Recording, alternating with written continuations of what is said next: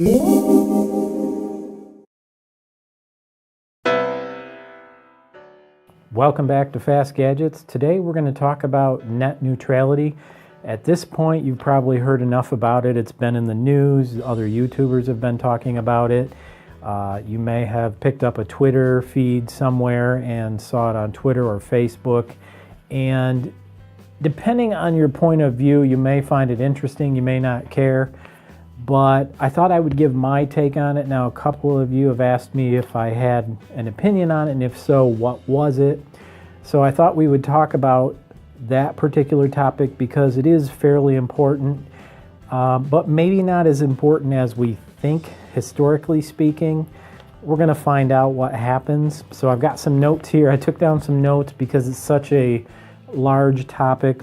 Now, I have watched some other YouTuber videos, and you may want to go out there and check them out. There's one by Brian Lunduke, L-U-N-D-U-K-E. He's really good, and he's kind of a go-to Linux type of guy, but he has some great opinions on net neutrality, and I do recommend that you check it out.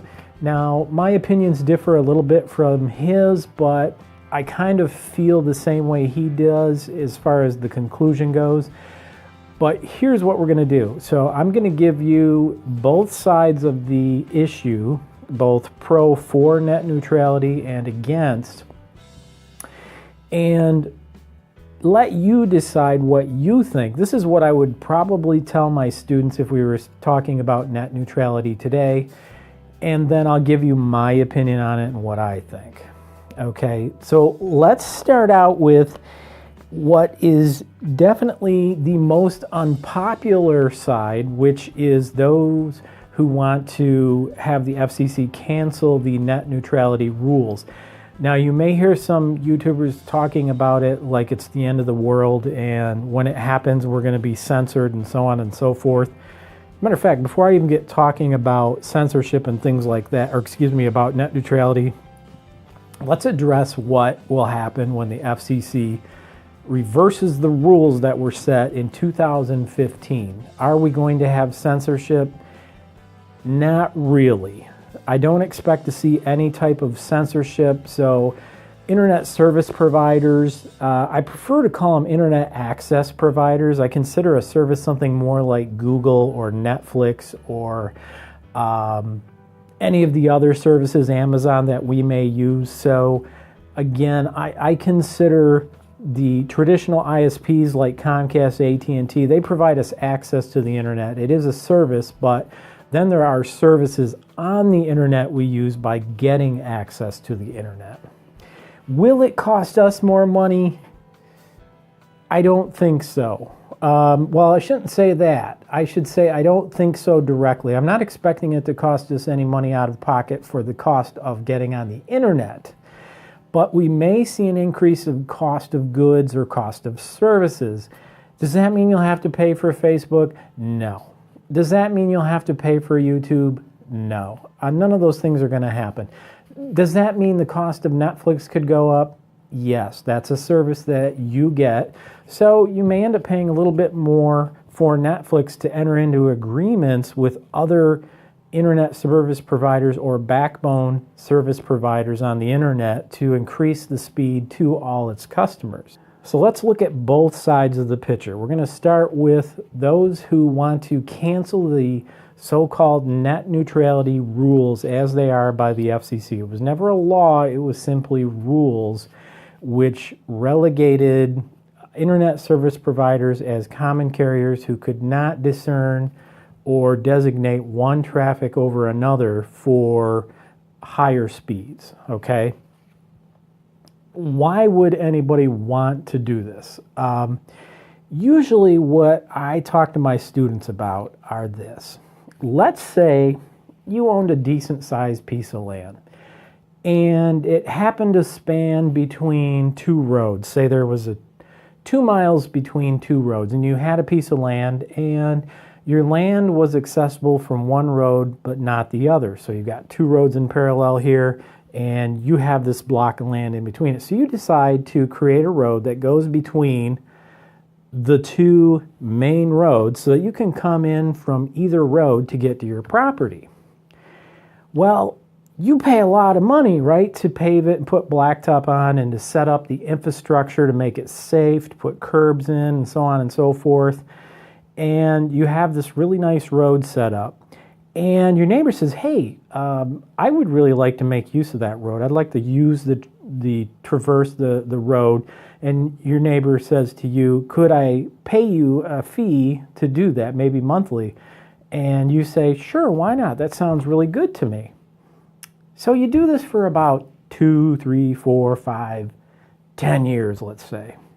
And then the government steps in, the federal government shows up at your doorstep and says, look, you cannot regulate this private road for only certain types of traffic. You're going to have to allow everybody to traverse this private road, regardless of who they are, and you don't have the right to change prices or to stop certain types of traffic from coming down your private road.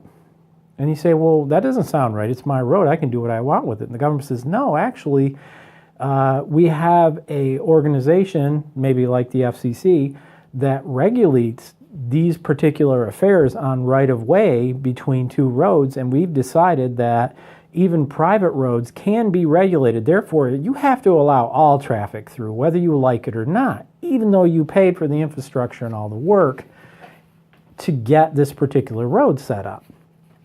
So let's look at that on a big view now, okay? You're Comcast, you're a privately owned company. You used your own dollars, your own labor, your own supplies, your own equipment to set up this huge infrastructure that's mostly fiber on their backbone. And you say to yourself, as the owner of Comcast, why should I allow AT&T to move their data for their customers across my segment of the network that I paid all this money for, or a service like Netflix that I have nothing to do with, that is actually a competitor to me, and they basically have the same service we do because we have video on demand. We actually have to allow them to do that at the same price as ourselves. I don't think that's a good idea. I mean, from a business standpoint, we own the network. It's our own private network. We're going to charge a rate for Netflix to traverse our network. It only seems reasonable. We put it in. It's our network. We can do what we want with it, right? Well, in 2015, no. The FCC came forward and said, look, just because you have this network in place doesn't mean that you can charge others or give certain rates for certain types of traffic. So you can't throttle traffic and you can't charge other providers a higher fee for the services that they are rendering. And you say, this doesn't seem right. I paid for it. This is mine. Why should I have to be told for this private network that I created that I actually have to provide to my competitors an equal rate? And what's more, I have to pass their data across my network. Okay? The thing that most people get confused about is they think of the internet as a public good. And for the most part, that's true. But I'm going to go with the information on the internet is a public good. And any of the structure that was created, the infrastructure where tax dollars were used, is a public good. And therefore, there really shouldn't be any rate limiting, right? But if it's a privately owned company that wholly purchased, paid for, and developed their own network, personally, I think they should be able to do with what they see fit. Okay, so that's one side. So for those against net neutrality, Comcast, AT&T, Cox Cable, Pixie's going crazy, my dog. All these different companies say, yes, we should be able to regulate our networks as we see fit and decide who gets to use what bandwidth and how, and whether or not there's going to be throttling, okay? Now let's look at the other side of the coin. So on the one side, we've got the so-called internet access providers. On the other side, we have internet-based services that are for net neutrality. We have Google, Netflix, Microsoft, any company that provides a service, Hulu, that is on the internet, okay, saying, thumbs down to this. We think that the best thing is to have the government continue to regulate through the FCC and say that all traffic should remain neutral and equal, okay? Now, like I said before, if it's a network that actually was built with some taxpayer money, and the possibility is AT&T, for example, keep in mind AT&T's been around a very long time, and some of their network, at least the older parts, that were built were on taxpayer-funded money. Now, the modern AT&T, I don't think it's so easy to say. I think that most of AT&T's modern fiber network is built on their own finance, okay? So it's not on the taxpayer dime. So these companies are saying, let everything be equal. And they're saying it's a good thing for the government to regulate the network to keep things equal. They say it's about censorship, but what it's really about is expense. I mean, it's a really simple economic concept. If the cost of delivery goes up, what's going to happen to us, the customer? Well, unfortunately, the cost of the good will go up as well, and we will end up paying a little bit more. Therefore, you might ask, but why doesn't Facebook start charging? Because, unfortunately, with their model, it's really quite impossible for Facebook to charge. There's just nobody there that's going to pay it. Now, they might pay a minimal fee, $1 or $2 a month, but I really doubt it. And really, with Facebook, we're not customers. We're the product. We provide tons of information to Facebook. So it really would be contrary for them to say, you know, you're the product. We are using you just as much as you use our network of services, right? But we also want you to pay $2 a month. I don't see that happening. I think many people would pay the $2 a month, but I think it would diminish their network and the number of people that are on Facebook. The same thing goes with YouTube.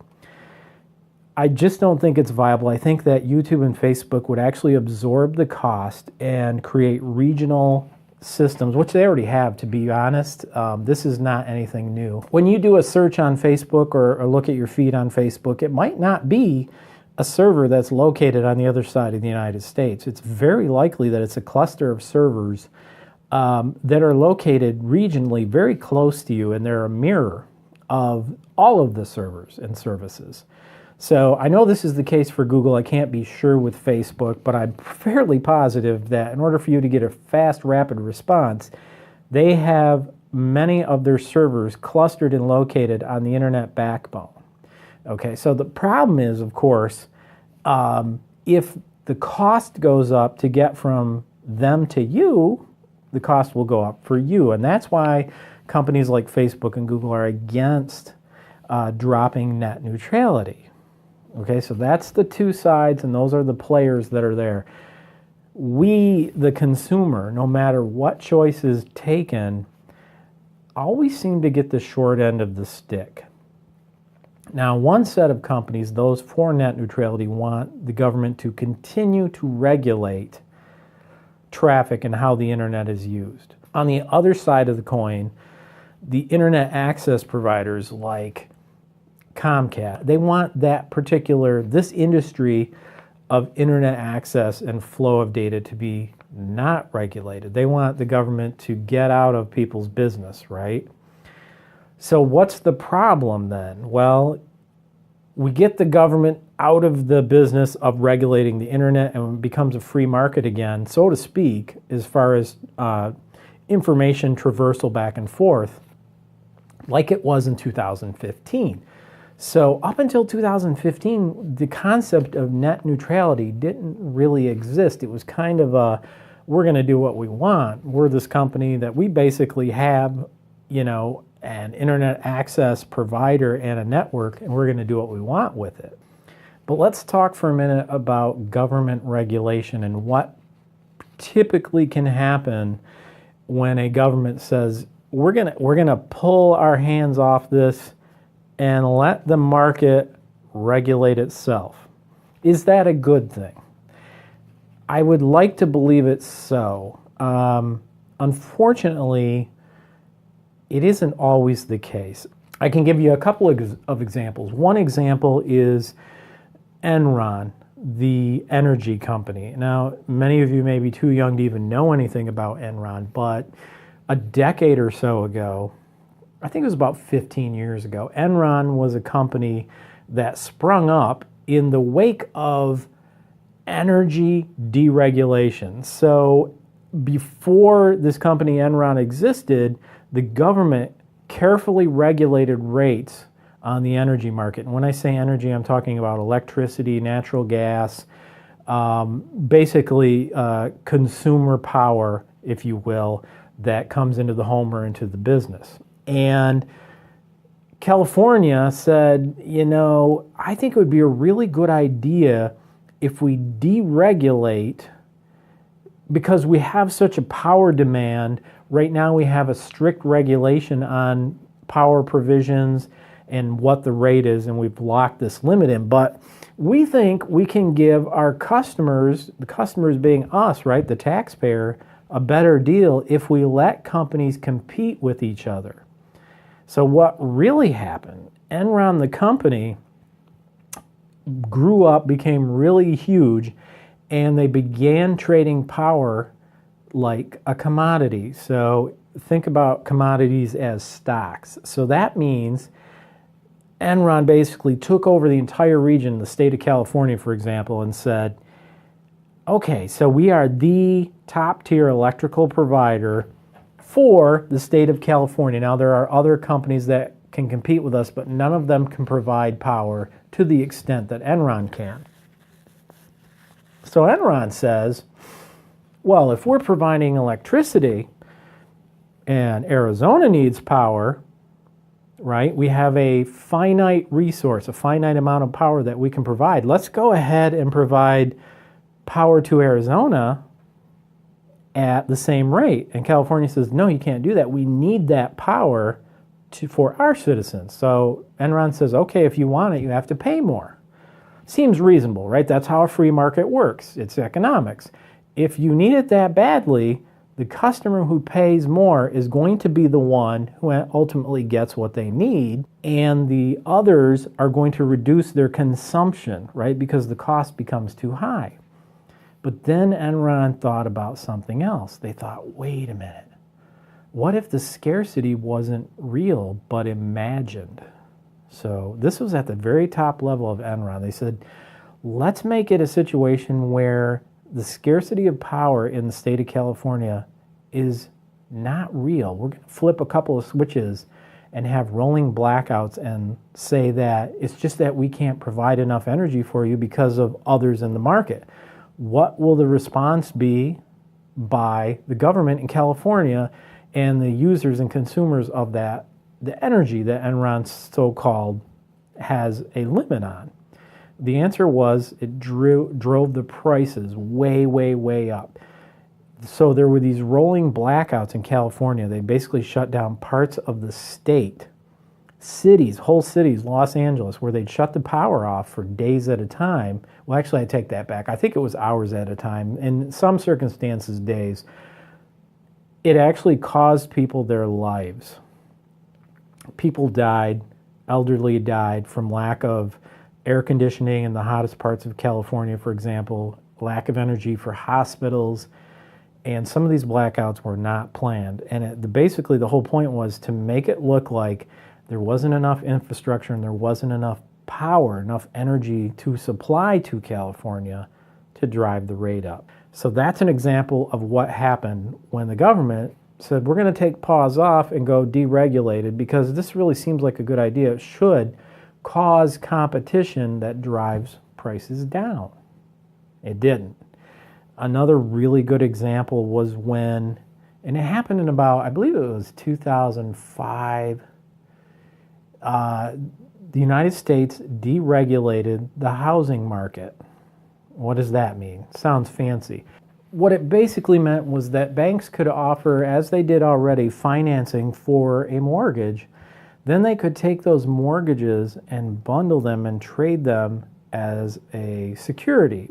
So what that basically meant is this small bank or chain of banks would push to get as many mortgages as they could, bundle them together, and sell them to a bigger bank for cash, usually a percentage of the value of the mortgage, to get instant cash, right?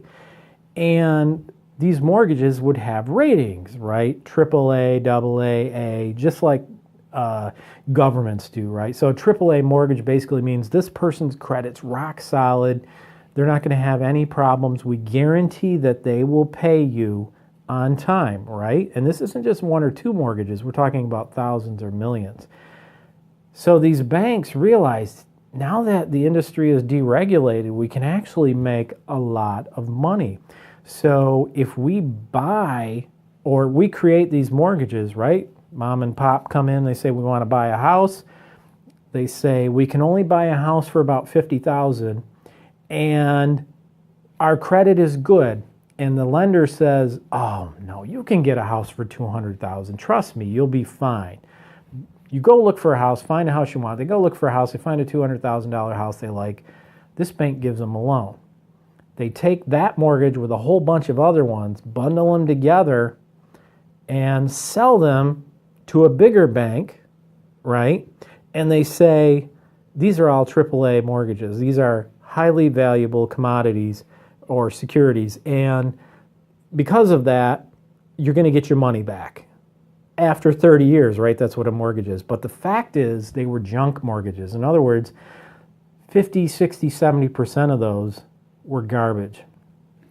So these bigger banks were handed these huge bundles of mortgages, and half of them were junk. In other words, the borrowers, mom and pop, started defaulting. They're like, well, you didn't tell me the payment was going to be $1,500 a month. I don't have $1,500. I've only got $700 or $800. I was looking at a $50,000 house.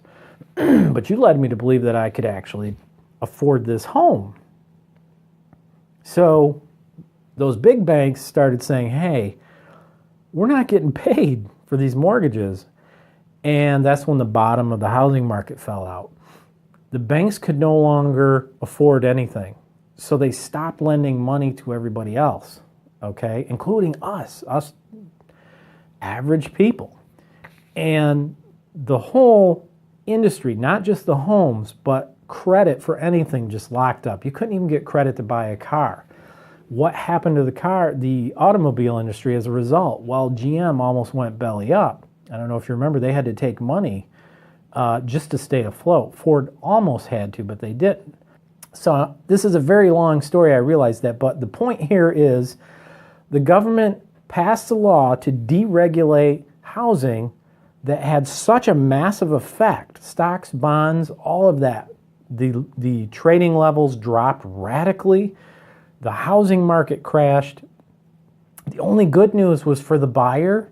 Basically, they could get a house that used to be $250,000 for half as much. The problem was, find a bank that would loan you the money.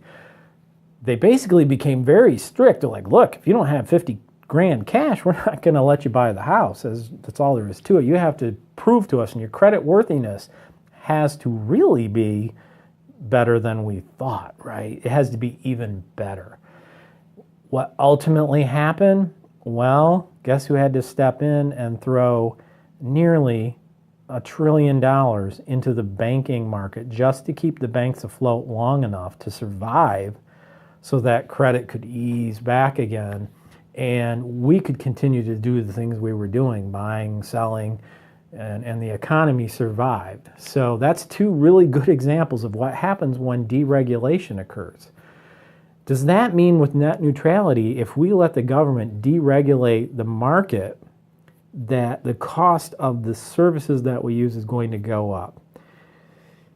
I think, unfortunately, some of the cost of services is going to go up. I think it's inevitable. So for those that are just plain free, no, I highly doubt it. Will the cost of your internet access go up? Probably not. So if you're on Comcast or AT&T and you have internet access for a certain speed, I think it's basically going to stay the same. Will there be services that all of a sudden seem slow or sluggish? Yes, there's a good chance of that. Will it be all the time? No, I don't think so. Is it possible that companies could have ulterior motives like AT&T or Comcast and favor their services? Yes. I don't know if anybody's heard of the zero rate concept, which basically says, hey, by the way, if you get internet from us, we're going to let you have our Comcast on demand for free. And you don't have to pay anything for it, and it'll be super high speed. But these guys over here, Netflix, we're actually going to rate limit them, right? The problem became with that, and another example of that is if you buy a cell phone and they say, we have a hard limit of 5 gigabytes of data. Thereafter, you have to pay a fee. But we bundled our phone plan, T-Mobile, I think, is an example, with Netflix, and you never charge anything, zero rate, right? $0 to watch Netflix as long as you want. And you're thinking, well, that's a really good deal. But net neutrality is contrary to that. They come along and say, no, you cannot provide a bundled service like Netflix with the purchase of this phone and a plan, but then not give the same benefit across your network to other service providers, right? Like Hulu, say, for example. And so there went that idea. But with deregulation, that's one of the things we might be able to get. I think that if a company truly wants to be evil like Enron was, or the banking industry, and I think it was more greed with the banking industry. With Enron, it was truly evil. They knew exactly what they were doing, and they were shutting off the power to homes, hospitals, businesses, arbitrarily to make it appear that there was a lack of energy, right? Natural gas and electricity to get to these businesses and homes, and it was a lie. I suppose it's possible Comcast or AT&T could do the same thing and say, we can't afford to let you traverse our network because we're already at, say, 80% capacity. If you really want to traverse our network, we're going to have to charge you a hefty premium. And if you're Netflix, what do? Lose all the customers that are on the Comcast network? It's not very likely they're going to allow that. So there's only one thing they can do, and that's to pass the cost onto you, the consumer. That's what is going to happen. So yes, certain services would become more expensive. Will there be censorship? I do not believe so.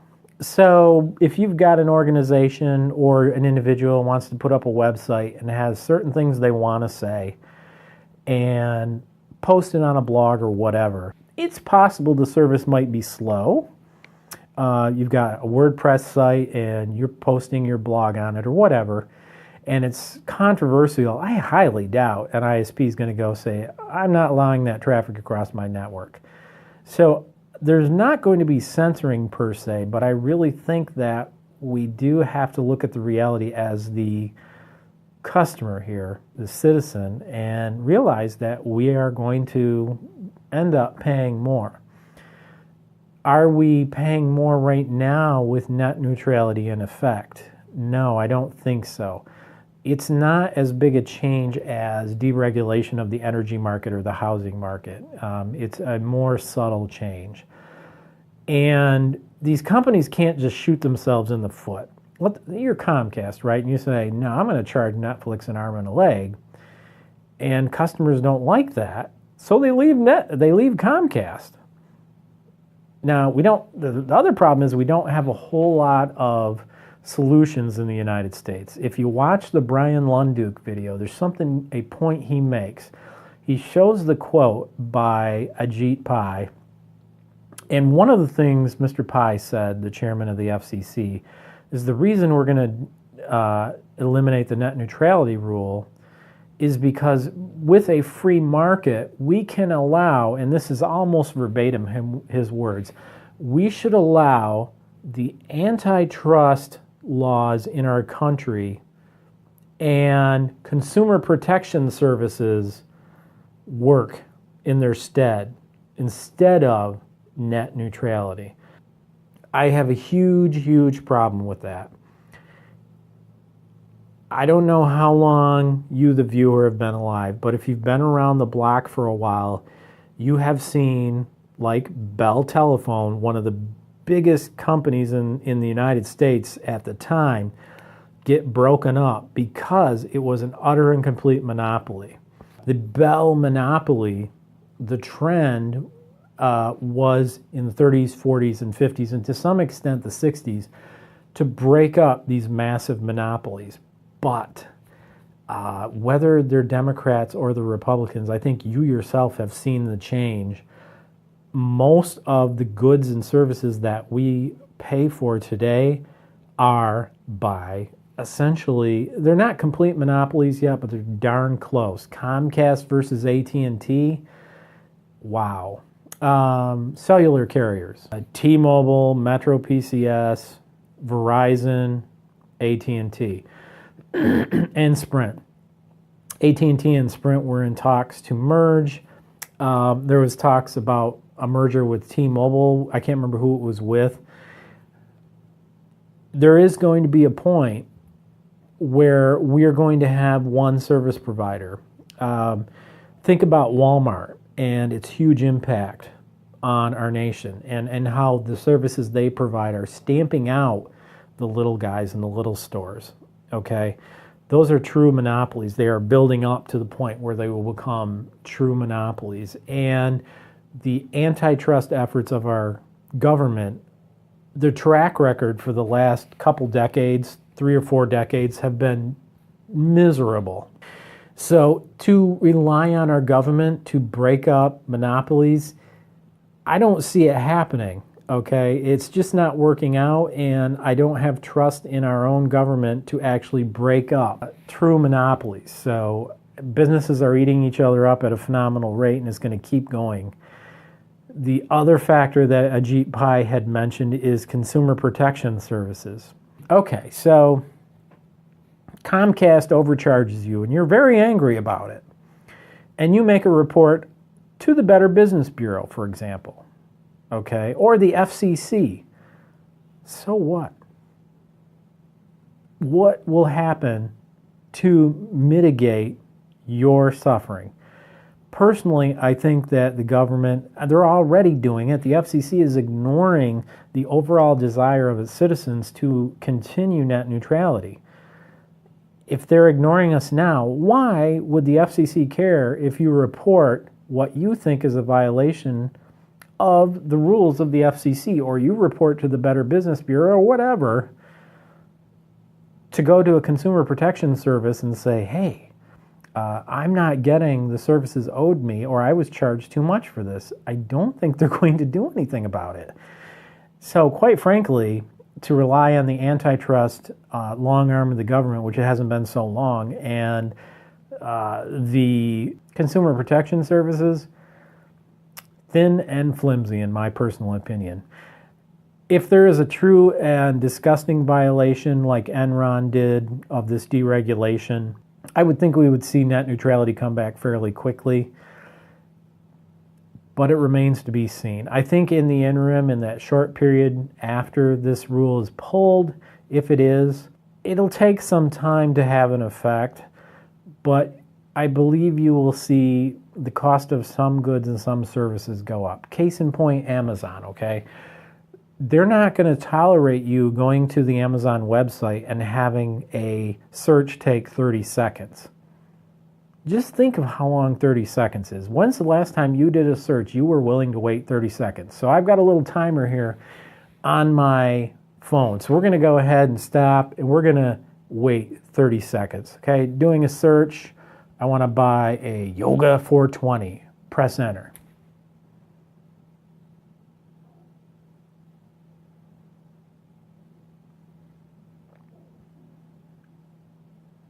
It's been 10 seconds.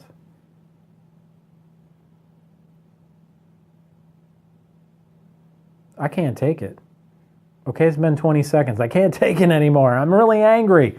My search didn't work. Or it took a long time. No, Amazon's not going to do that. They're going to pay every internet access provider they have to ensure that when you do a search, it's going to be real fast, highly accurate, and provides you the information you want. That's the facts. Unfortunately, if they have to pay a fee for all that, they're going to have to do something. Prime membership costs will go up. The cost of shipping the item, they've got to get a surcharge in there somehow. The overall cost of fees to place an ad on Amazon will go up.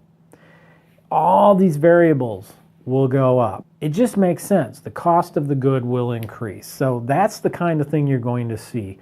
And it's very sad and it's very unfortunate. I think that companies like Facebook and YouTube, we talked about this already, are going to swallow that cost because we are the product. So they utilize us to make money. So in the case of Facebook, which is profitable, they probably can afford to lose a little bit of money in entering into service level agreements with the internet access providers to ensure that their customers get the information they want in a timely fashion. What about the little guys? Well, you have a highly controversial page and you're not one of these big companies.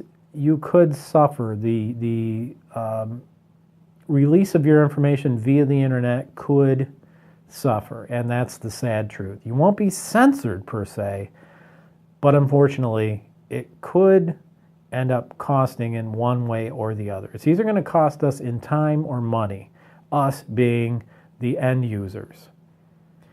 I think if we still had net neutrality, and this is now my opinion here, if we still had net neutrality, we probably would end up paying one way or the other, because you know how companies are. They look for loopholes, they find clever ways to make money without saying they're limiting other types of data, right? There's all kinds of ways around that. So consider that. Do I personally think net neutrality is something we should maintain? And I'm going to go with yes on that.